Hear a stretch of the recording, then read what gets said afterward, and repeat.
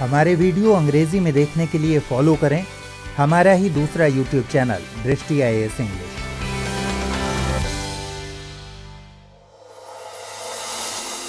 प्रिय व्यूअर्स, दृष्टि IAS के नए प्रोग्राम प्रीलिम्स प्रैक्टिस क्विज में हम UPSC और अलग अलग स्टेट PCS की प्रारंभिक परीक्षाओं में पूछे गए सवालों को विश्लेषण के साथ हल करेंगे।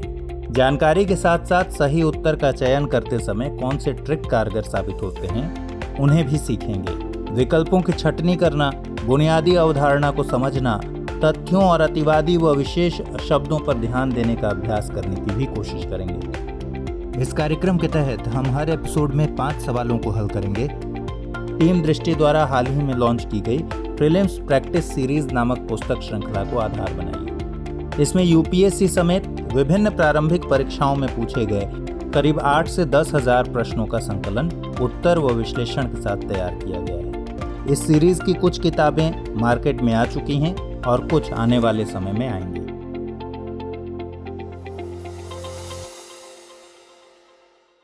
सेशन 10 की शुरुआत करते हैं। सबसे पहला सवाल है, भूमध्य सागर निम्नलिखित में से किन देशों की सीमा है? Jordan, Iraq, Lebanon, Syria. नीचे दिए गए कूट का प्रयोग कर सही उत्तर चुनिए।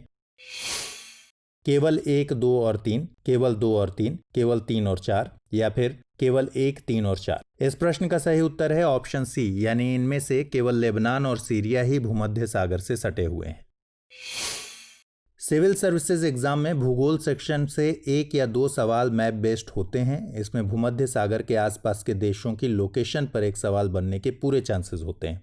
इसके अलावा विश्व स्तर पर ऐसे क्षेत्र जो लगातार खबरों में रहते हैं, जैसे मिडिल ईस्ट या खाड़ी क्षेत्र में हमेशा विवाद बना रहता है, ऐसे में उस लोकेशन पर सवाल बन सकता है। इसलिए मैपिंग करते वक्त ऐसी जगहों को मार्क कर लें। इसके अलावा नदियों और झीलों के लिए मैप में देखें कि क्या वह नदी या झील किन्हीं देशों की सीमा बनाती है। विश्व और भारत के प्रसिद्ध शहरों, नदियों, राष्ट्रीय पार्क, झील, पहाड़ियों को उत्तर से दक्षिण और पूर्व से पश्चिम में सजाएं। मैप में चेक कर लीजिए कि क्या राष्ट्रीय पार्क के आसपास कोई पहाड़ी या पर्वत या नदी है या फिर कौन सा नेशनल हाईवे है जो वहां से गुजरता है। तो चलिए अब इस सवाल पर आते हैं। यहाँ जिन देशों की सूची दी गई है उनमें केवल लेबनान और सीरिया ही भूमध्य सागर से सटे हैं। जॉर्डन की सीमा लाल सागर से लगती है, तो वहीं इराक अपनी सीमा फारस की खाड़ी से साझा करता है। भूमध्य सागर तट पर कई देश अवस्थित हैं। इनमें से कुछ के नाम हम आपको बता देते हैं। Spain, France, Italy, Libya, Tunisia, मिस्र, सीरिया, लेबनान, इजराइल, तुर्की इत्यादि। तो इस तरह इस प्रश्न का सही उत्तर है ऑप्शन सी।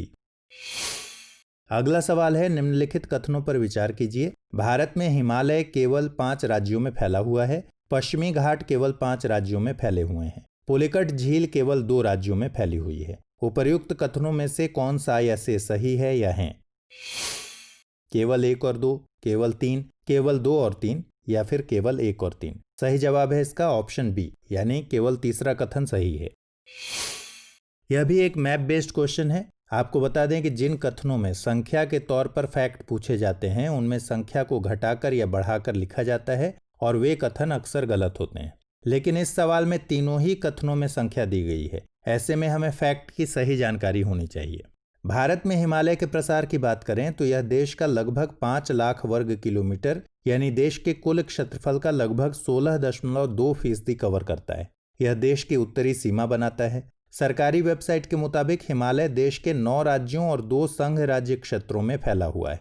जम्मू और कश्मीर, लद्दाख, हिमाचल प्रदेश, उत्तराखंड, सिक्किम, अरुणाचल प्रदेश, नागालैंड, मणिपुर, मेघालय, मिजोरम, त्रिपुरा।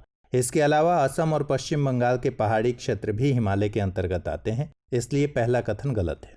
पश्चिमी घाट की बात करें तो ये गुजरात, महाराष्ट्र, गोवा, कर्नाटक, केरल और तमिलनाडु राज्यों में फैले हुए हैं, यानी कुल 6 राज्यों में, इसलिए दूसरा कथन भी गलत है।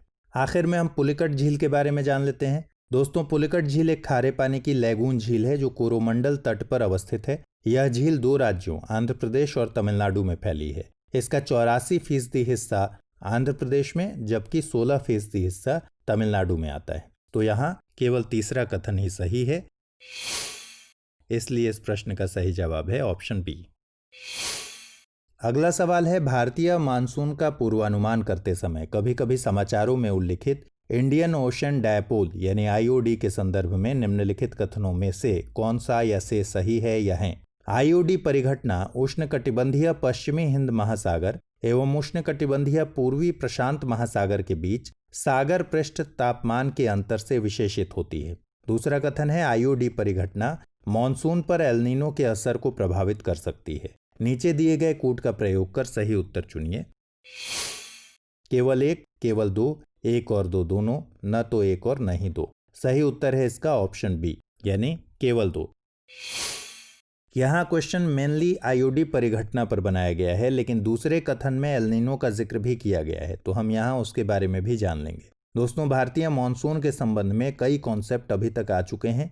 इनमें महत्वपूर्ण है पूर्वी जेट स्ट्रीम संकल्पना, एल नीनो और लानीना परिघटना और आईओडी परिघटना। पहले आईओडी परिघटना के बारे में बात करते हैं। पहले तो यह बता दें कि आईओडी परिघटना का संबंध केवल हिंद महासागर से है, न कि प्रशांत महासागर से, इसलिए पहला कथन गलत है। पश्चिमी और पूर्वी हिंद महासागर की समुद्र सतह के तापमान के बीच एक पैटर्न होता है। दोनों ही तरफ के तापमान के अंतर में होने वाले बदलावों को आईओडी परिघटना कहते हैं। इस परिघटना का भारतीय मानसून पर सीधा असर होता है।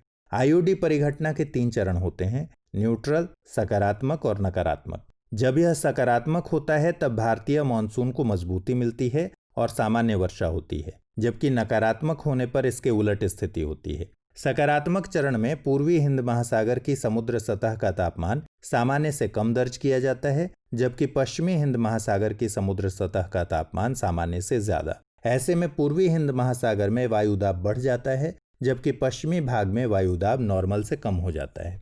भारतीय मानसून का हिंद महासागर और प्रशांत महासागर की समुद्र सतह के तापमान और वायुदाब से सीधा संबंध है। जब पैटर्न नॉर्मल होता है तब भारतीय मानसून भी सामान्य या अच्छा होता है।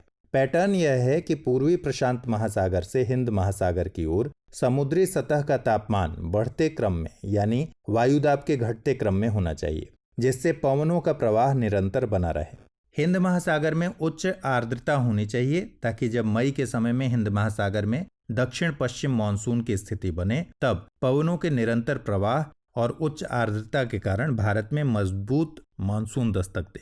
अब इसे आईओडी परिघटना से जोड़ते हैं।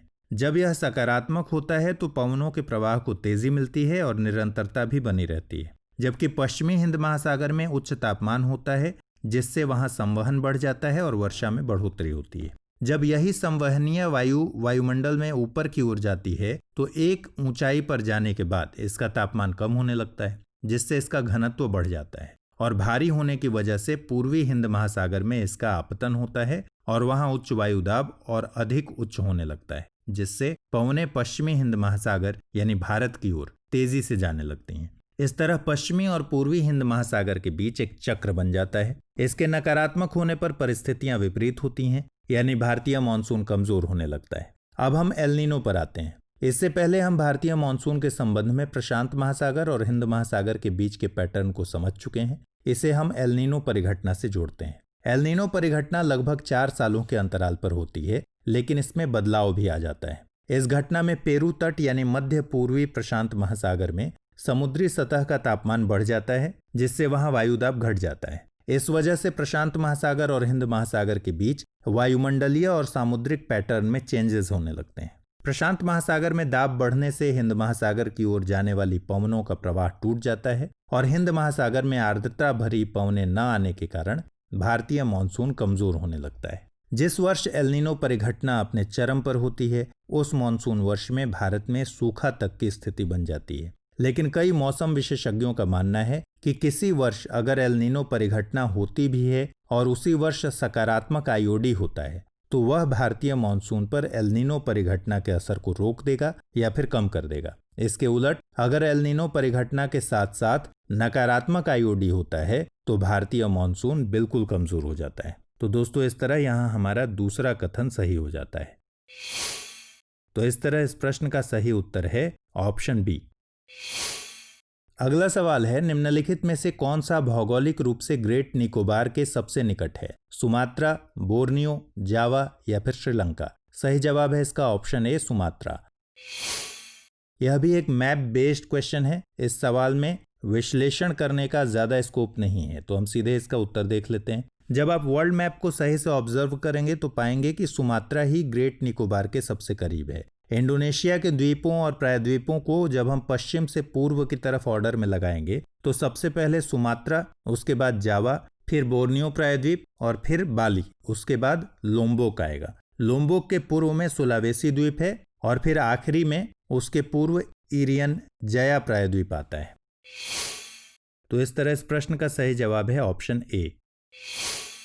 अगला सवाल है, तीस्ता नदी के संदर्भ में निम्नलिखित कथनों पर विचार कीजिए। तीस्ता नदी का उद्गम वही है जो ब्रह्मपुत्र का है, लेकिन यह सिक्किम से होकर बहती है। दूसरा कथन है, रंगीत नदी की उत्पत्ति सिक्किम में होती है और यह तीस्ता नदी की एक सहायक नदी है। तीसरा कथन है, तीस्ता नदी भारत एवं बांग्लादेश की सीमा पर बंगाल की खाड़ी में जा मिलती है। उपर्युक्त कथनों में से कौन सा या से सही है या है? केवल 1 और 3, केवल 2, केवल 2 और 3 या फिर 1, 2 और 3? सही उत्तर है इसका ऑप्शन बी, यानी केवल दूसरा कथन इसमें सही है। सिविल सर्विसेज प्री एग्जाम में लगभग हर साल एक सवाल नदी पर बनता है, तो भूगोल का अध्ययन करते समय भारतीय नदियों की मैपिंग पर आप खास ध्यान दीजिएगा। नदियों के उद्गम स्थल से लेकर जिन राज्यों से होकर वे गुजरती हैं और उनके मुहाने के बारे में पूरी जानकारी इकट्ठा कर लीजिए। इस सवाल को हम एलिमिनेशन मेथड से भी सॉल्व कर सकते हैं। अगर आप केवल इतना जानते हैं कि तीस्ता नदी बंगाल की खाड़ी तक नहीं जाती, तो तीसरा कथन यहाँ गलत हो जाएगा। ऐसे में हम देखेंगे कि तीसरा कथन किस किस विकल्प में है। चूंकि कथन 3 ए, सी और डी में है, इसलिए ये तीनों ही गलत हो जाएंगे और इसका उत्तर हो जाएगा बी। तीस्ता नदी की बात करते हैं तो यह एक हिमालयी नदी है जिसका उद्गम पहुनरी ग्लेशियर से होता है, जबकि ब्रह्मपुत्र नदी का उद्गम चेमायुंगडुंग पर्वत श्रृंखला से होता है। यह मानसरोवर झील के पास ही है, इसलिए पहले कथन का पहला पार्ट गलत है जबकि दूसरा पार्ट सही है, क्योंकि यह नदी सिक्किम से बहती हुई पश्चिम बंगाल होते हुए बांग्लादेश में प्रवेश कर जाती है और जमुना नदी में जाकर मिल जाती है। ब्रह्मपुत्र को ही बांग्लादेश में जमुना नदी कहा जाता है, इसलिए तीसरा कथन यहाँ गलत हो जाता है। तीस्ता नदी की मुख्य सहायक नदियों में जेमुछू, रंग्योंगछू और रंगित, ये 3 नदियां शामिल हैं। रंगित नदी की उत्पत्ति सिक्किम से ही होती है, इसलिए दूसरा कथन सही है। तो इस तरह इस प्रश्न का सही जवाब है ऑप्शन बी। तो इस एपिसोड में फिलहाल इतना ही। अगले एपिसोड में फिर मुलाकात होगी आपसे, तब तक के लिए ख्याल रखिए। Good bye.